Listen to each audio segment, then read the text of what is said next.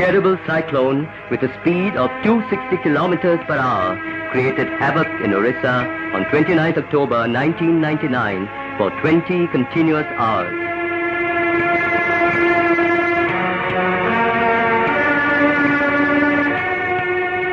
This cyclone was bigger than the one that hit Orissa on the 17th of October 98. This dance of death claimed 10,000 lives. Hundreds of innocent children became orphans. Lakhs were rendered homeless. One can imagine the horrible situation there.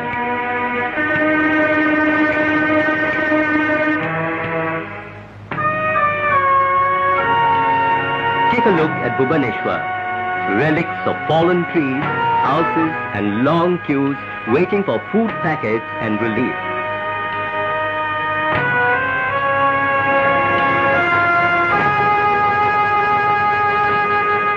Factories have vanished, roads destroyed completely.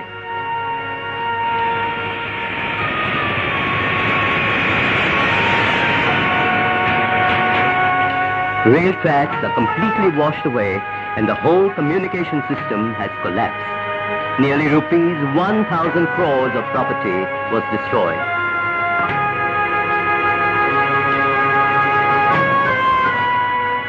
More than 10 districts of Orissa were devastated completely. The districts to suffer most were Kendrapada and Jagatsinghpur. 80% of the people killed were from Ersama Tehsil of Jagatsinghpur. Kharif crops were totally destroyed. 80% of the coconut and betel nut farms fell down. If steps to plant the trees are not taken up on a war footing, the forest management and the green belt of Orissa will be in trouble.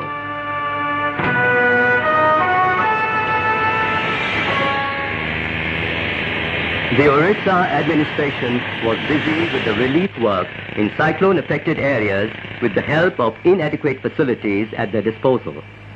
No one realized the fierceness of the fast-approaching cyclone.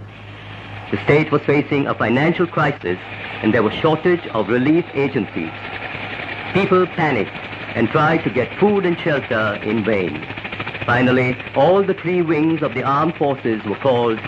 Deeply affected areas were provided with food packets by helicopter. People stranded in trains were rescued.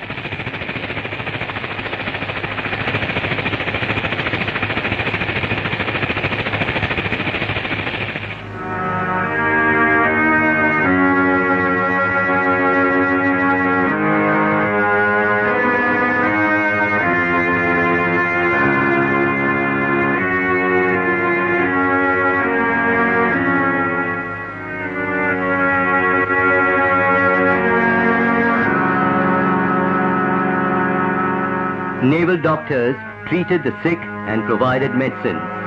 Life-saving drugs were distributed but were inadequate. The life of Orissa inhabitants had to be restored at any cost. This is bound to be a lengthy and depressing process.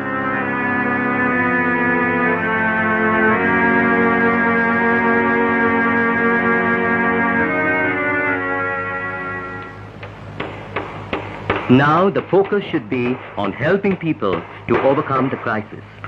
Can we hope to have a quick and efficient relief system? Stress needs to be on overall development rather than on relief and rehabilitation. This cannot be achieved without the help of local panchayats and administration. Life Insurance Corporation and other welfare institutions should come forward to solve this problem. When loyal and upright officers work round the clock during the calamity, corruption on the part of some people in the distribution of relief material has now come to notice. Stern action against such practice is required.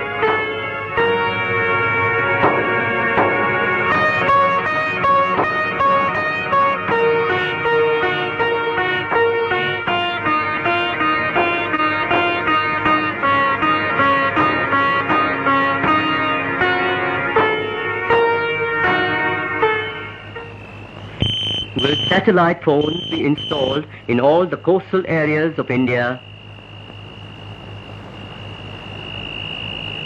When will the number of cyclone-resistant houses be increased?